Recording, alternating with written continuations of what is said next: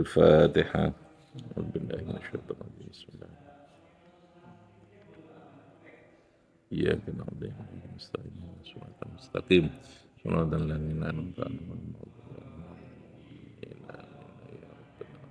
الضالين. بسم الله الرحمن الرحيم. السلام عليكم ورحمة الله وبركاته.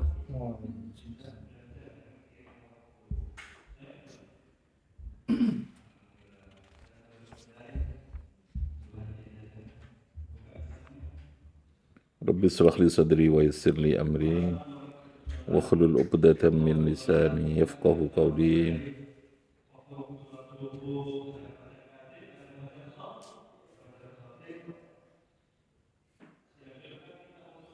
سبحانك لا علم لنا إلا ما علمتنا إنك أنت العليم الحكيم. رب اشرح لي صدري ويسر لي أمري واحلل عقدة من لساني يفقهوا قولي.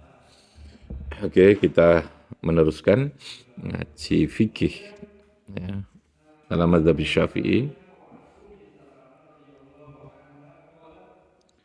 Masih bicara azan ya, sekalian kita tuntaskan terkait dengan azan agar supaya lebih lengkap lah gitu ya, lebih komplit pemahaman kita tentang syariat yang terkait dengan azan dan iqamah. Syariat yang terkait dengan azan dan iqamah.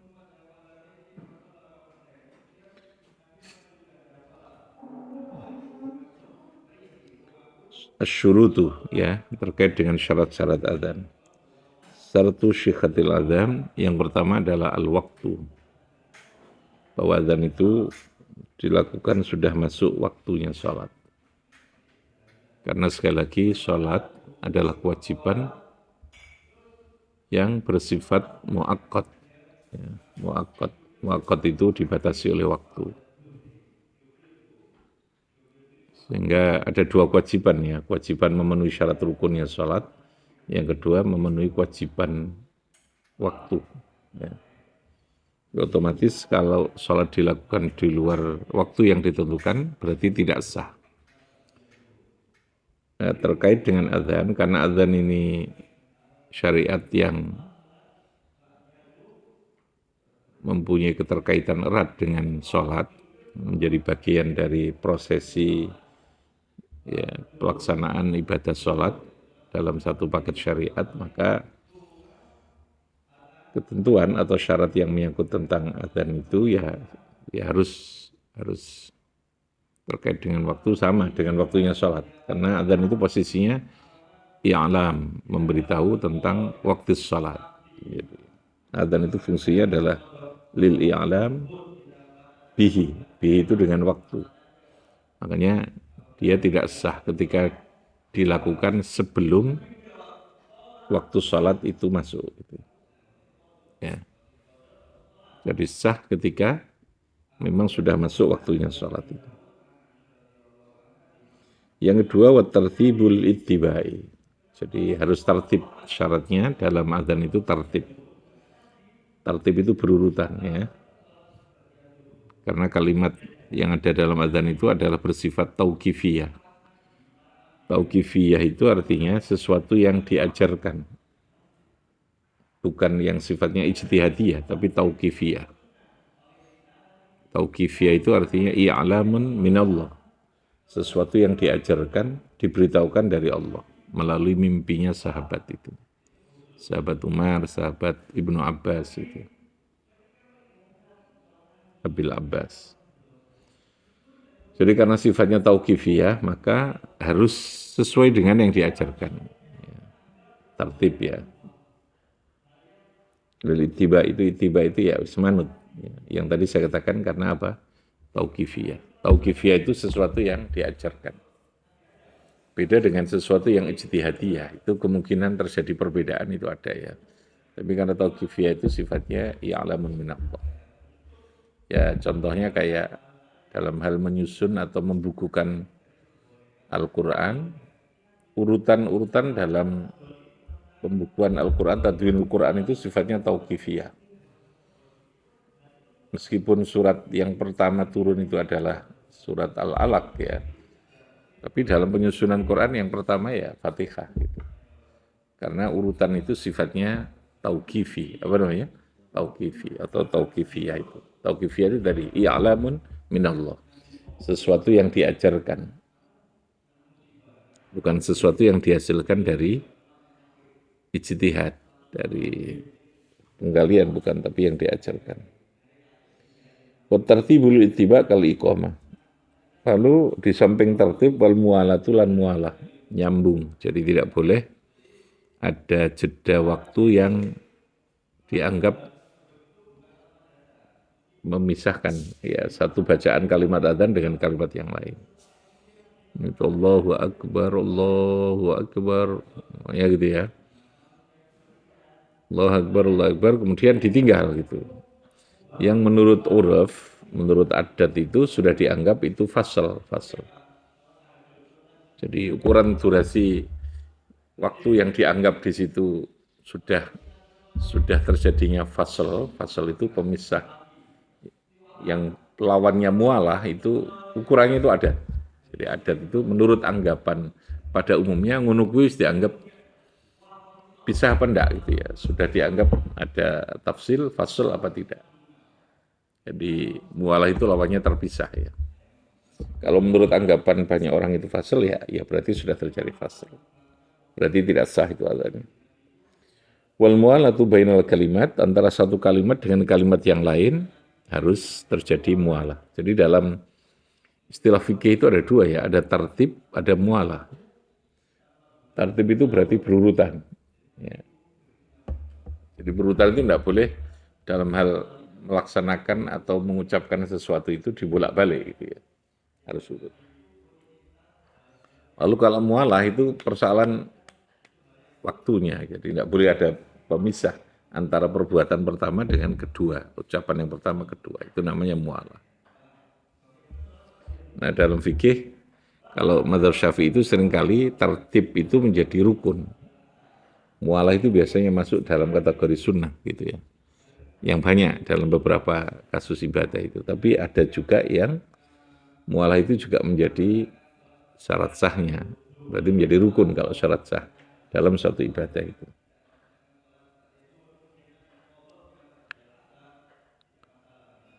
Nah, tartib itu lawannya takhir ya. Kalau takhir itu bebas memilih gitu. Jadi kalimat adzan paket. Tapi kalau dikatakan bukan tertib, artinya takhir ya berarti dia bisa memilih mau pakai asyhadu alla ilaha illallah dulu, baru itu bisa. Kayak dalam masalah kafarat itu biasanya begitu. Kafarat itu ada dua, ada tertib, ada takhir. Ada kafarat, hukuman itu dengan beberapa pilihan hukuman, itu sifatnya adalah tertib, hierarki. Jadi orang harus yang pertama dulu kalau dia bisa, kalau tidak baru yang kedua, nah itu namanya tertib. Dari opsi pilihan dari beberapa jenis hukuman. Ya. Tapi kalau sifat hukumannya itu adalah takhir, berarti dia bisa langsung memilih. Meskipun bisa yang pertama gitu ya. Langsung milih yang kedua, apa ketiga, apa keempat. Gitu. Nah, dalam itu istilah fikih ya. Istilah di dalam kajian fikih itu. Oke. Yang kedua, yang ketiga wal mualatu dalam adzan mualah bainal kalimat. Fa in tarakaha walau nasiyan batala adzanuhu. Jadi kalau sampai tidak mualah, meskipun karena lupa, maka adzannya menjadi batal. Harus diulang dari yang pertama. Wala yadurru sukutun yasirun. Wala yadurru lan ora bahaya apa sukutun diam yasirun yang sebentar. Wa kalamun wa ilmaun wa naumun. Ya, ini ya. Sebentar tapi ya. Idz la yakhillu karena orang menjadikan cacat apa sukutun yasir bil i'lami kelawan pemberitahuan tadi itu. Jadi ilatnya adalah tidak menjadikan cacat terhadap fungsi adzan itu sebagai i'lam tadi. Kalau jeda waktu diamnya terlalu lama kan fungsi i'lamnya menjadi tidak jelas, tidak maksimal lah. Yang keempat wa kaunuhu kal iqamati aidan min wahidin. Ya, jadi kalau bisa, bukan kalau bisa, adzan itu hanya satu orang, tidak boleh lalu estafet. Ini baca Allah Akbar, lalu asyhadu illallahnya orang lain, itu tidak, min wahidin. Ya. Ini kan tidak terpikir ya kita. Ketika ada pertanyaan, gimana kalau adzan itu berestafet gitu ya. Tidak sah gitu, harus satu orang ya, satu orang. Seperti halnya dalam iqamat. Bahkan antara adzan dan iqamat, yang adzan dan iqamat itu disunahkan kalau ini ya, sunnahnya orangnya satu gitu. Tapi kalau pelaksanaan adzannya harus satu orang. Dari Allah Akbar sampai akhir, la ilaha illallah itu harus satu orang. Gitu. Min wahidin, dari satu orang. Sama halnya dengan iqamat satu orang. Wabil arabiyati, dan adzan itu syaratnya yang kelima dengan bahasa Arab. Dan tidak bisa ditranslate. Allah Maha Besar itu tidak bisa. Ini menurut Imam Syafi'i. Fala yasikhu maqara sa'bu adzan bi ghairi kan saliyane arabiyah. In kana thamma man yakhsinuha. In kana lamun ono sama ing dalam kono panggonan man wong yukhsinu kang bagusi sapa man ha ing arabiyah. Artinya yang bisa bahasa Arab dengan baik. Kalau tidak bisa wa alaihi ayyata'allama wa alaihi lan iku wajib ing atase man ayyata'allama yen to dia belajar. Kalau tidak bisa harus belajar itu. Oke. Yang keenam, wa isma'u ba'dil jamaah. Memperdengarkan, isma' itu memperdengarkan. Sehingga adanya harus dikeraskan suaranya. Ba'dil jamaah, walau wahidan. Jadi keharusannya memperdengarkan 40. 40. Apa namanya? Sebagian maksud saya. Memperdengarkan berapa? Sebagian jamaah sholat itu. Jadi meskipun hanya satu orang. Suaranya harus dikeraskan terus. Kalau tidak ada yang dengar sama sekali, tidak sah gitu maksudnya gitu ya. Tapi anak sing krungu siji wis sah. Minimalnya apa? Ba'dil jamaah, sebagian jamaah itu. Beda dengan khutbah Jumat. Khutbah Jumat itu kalau dalam mazhab Syafi'i minimal isma'nya itu 40 orang itu harus mendengar semua gitu. Harus mendengar. Ya, suaranya harus dikeraskan. 40. Itu konsep dasarnya begitu, 40. Kudu krungu bisa dirungokno 40. Enggak boleh sebagian kalau cuma. Sebagian dari 40 enggak bisa. Ya kalau khutbah Jumat itu. Yang ketujuh, wa isma'u nafsih, memperdengarkan pada dirinya muadzin. Wa illam yasma', meskipun orang mendengarkan, sapa ghairu sa'liyane man sa'liyan muadzin kal iqam. Yaitu syarat pelaksanaan adzannya ya.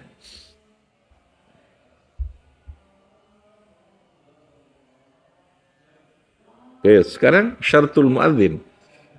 Yang adzan sendiri harus punya syarat. Al-Islamu wa tamyizu wa dzukuratu. Orang Islam, tamyiz dan laki-laki. Jamaah yang hanya perempuan saja tidak disunnahkan adzan ya, hanya iqamat. Ya, hanya apa? Iqamat.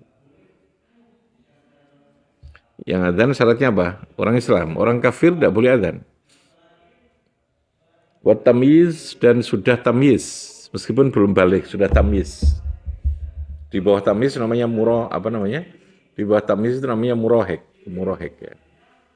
Sobi ya, ada sobi, murohek, tamyiz, terus balik itu. Ya. Apa murohek yang murohek ya. Murohek itu mendekati balik itu. Tamyiz itu lebih bisa membedakan ya. Wa dzukuratu laki-laki, sehingga perempuan tidak disunahkan untuk adzan. Jadi yang adzan itu disunahkannya laki-laki. Sekali lagi kepentingannya adalah untuk menjaga terkait dengan aurat suara dari perempuan itu. Wa kaunuhu arifan bil waqti lan anane muadzin, wa kaunuhu lan anane muadzin ana iku arifan wong sing ngerti bil waqti dengan waktunya salat. In khussisa lamun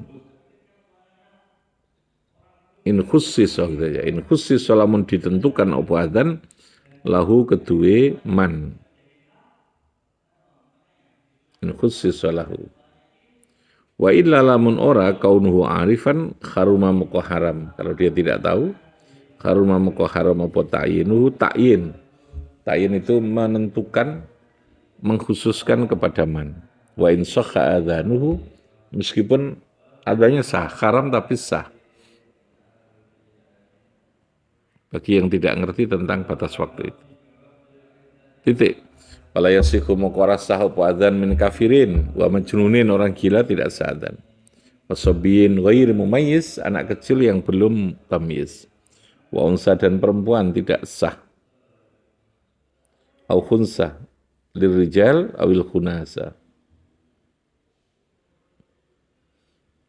Jadi khunsa, banci.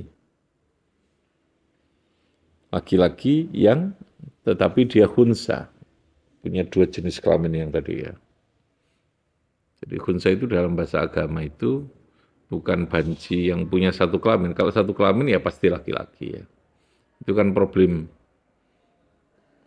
psikologis lah. Tapi namanya khunsa itu yang lahir dengan dua alat kelamin.